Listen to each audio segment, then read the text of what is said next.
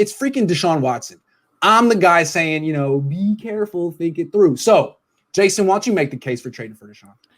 Yeah, I mean, look, in the case of Deshaun Watson, it's a short list of how many quarterbacks you would probably rather have over him. And even the quarterbacks that you'd probably rather have over him are older. So you might not even be able to make that case, right? Let's make the list right now. Russell Wilson. Yep. Aaron Rodgers. Yep. Patrick Mahomes. Mm-hmm. Josh Allen. And then it's like full stop, like after those 5, right? Maybe Brady. Maybe Brady, but look, but basically those are the guys. Right. Like you think about it like this, right?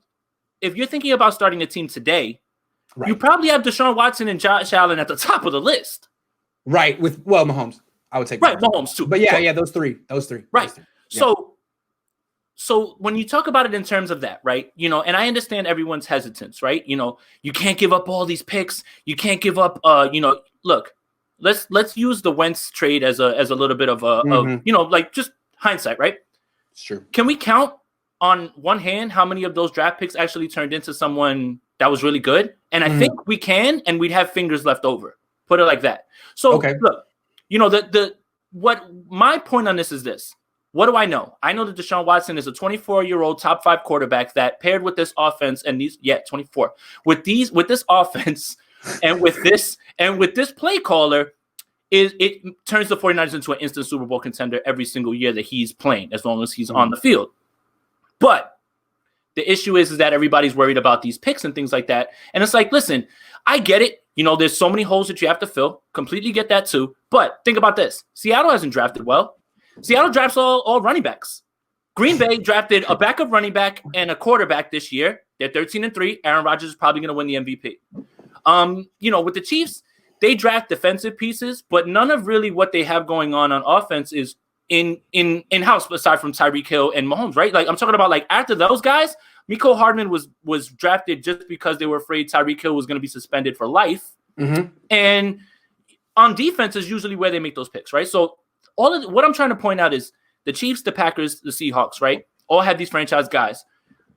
Why is it that they continue to find success even though they continue to draft poorly? The quarterback. Okay. Right? The quarterback lifts up whatever deficiencies you have, right? He can't play defense, but he can make the offensive line look better by creating plays. That's what Deshaun Watson can do. True. Deshaun Watson is one of the smartest quarterbacks also that's in this league as well too, who will be able to process this offense faster than anybody else as well. So 25. I'm sorry, 25. You're up. Okay. Allow me to retort, as Samuel Jackson would say. Look, you started off by bringing in, you're right. These teams that have these great quarterbacks have such an advantage. But the Seahawks didn't trade 1 million picks for Russell Wilson. They let him fall to him. The Texans let Deshaun Watson fall to them, I believe. Or maybe they traded. What was it? Did he just? I forget. It was no. So Watson just fell, right? Like that was it. They didn't even really have to trade up for him. So let's go back to the Eagles. That's the example, because that is the one example of a team really trading a lot for a quarterback and then winning a Super Bowl right away. So you can't say it didn't work.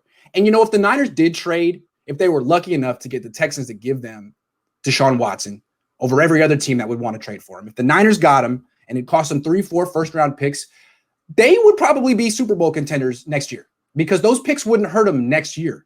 And they might win a Super Bowl and it might all be worth it. But look what happened to the Eagles, man. Every year they're a little bit worse than the year before because not having those draft picks catches up to you.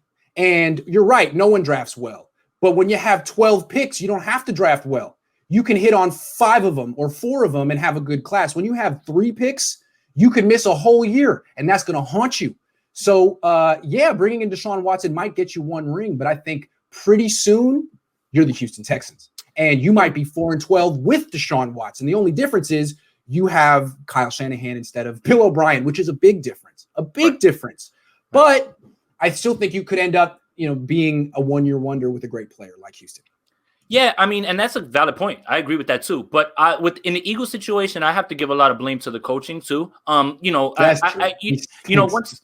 Frank Reich went away, I think people understate the loss of that for the Eagles, right? And look, Carson Wentz hasn't played well, but his regression is under the watch of Doug Peterson. And he has to shoulder some of that blame, and then the final, everybody wants to harp on what happened, in week 17. For me, it's less about it's less about screwing the Giants out of their playoff spot and more about a coach who really doesn't understand what he's really doing. Like Jalen Hurts needs to get as many reps as possible in week 17. Like, why would you even like, look, I still don't, it's baffling. See, that's the type of things that like coaching can ruin players. So that's what I mean about Wentz, right? Like, and that's the thing. Like, so yes, having all those draft picks, right? It look what Freddie Kitchens did to Baker Mayfield. It's kind of the same thing. Yep. Right. Yep. And all those picks amplify your chances of landing on them. But if you're put in a system where you with the coach that isn't really doing the right things, not play calling, not in charge of personnel the right way, might not mean anything. Here's the thing. If it were Patrick Mahomes, I might say do it. Because I don't see Patrick Mahomes having a losing season under any circumstances. He's that good. Watson just went 4-12. And I'm not holding that against him. But I just can't help but feel like if you give up all your assets, you could be in a situation where you're doing to Watson what Houston is doing to him right now. And although he's a top 5 quarterback, he's not necessarily Russell Wilson or Patrick Mahomes, who's going to win 10 games a season no matter what. I don't think Tom Brady's ever won fewer than 9 games in a season ever. No. So, I mean, if Watson had that kind of track record where you knew it was just a guaranteed playoff berth, no matter what, having him on your team, then yeah. But I'm not sure that he's proven that yet. I'm not sure.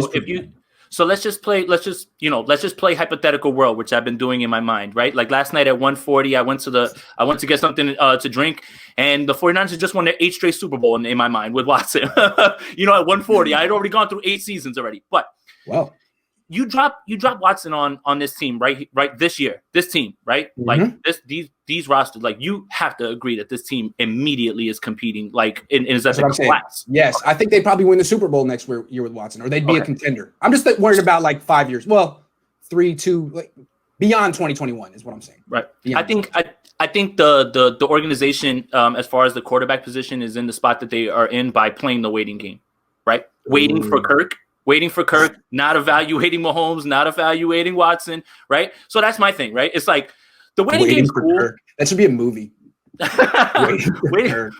Waiting for Kirk, it's look, that waiting game can really come back and bite you. Like you really have to kind of like so me, because of the draft and the crapshoot, I'm riding with the known. With like, I don't want to do the unknown thing. I'm riding with what I know. I know a 25-year-old quarterback who's going to be here for a long time and is really good. So that's kind of where I'm at with it. But I understand the hesitance because of all of those picks, and you have to fill those holes.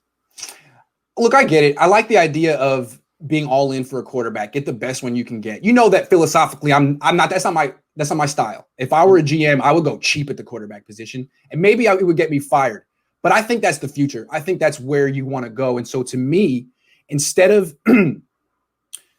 overpaying for an objectively great quarterback, he is great. I would get the best cheap quarterback on the free agent market and bank that dude is probably just as good as Jimmy Garoppolo, if not better. And you know who I think that is? It's the most exciting name you've ever heard. You're going to jump out of your seat, Jason. Andy Dalton.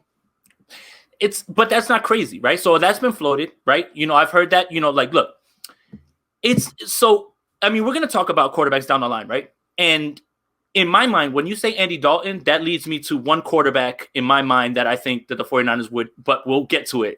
But you understand, I think we're on the same path here with this one. So yes, I get it. Yes. So you get Andy Dalton to play ideally 8 games tops while your first round pick, whoever it is getting ready and takes over.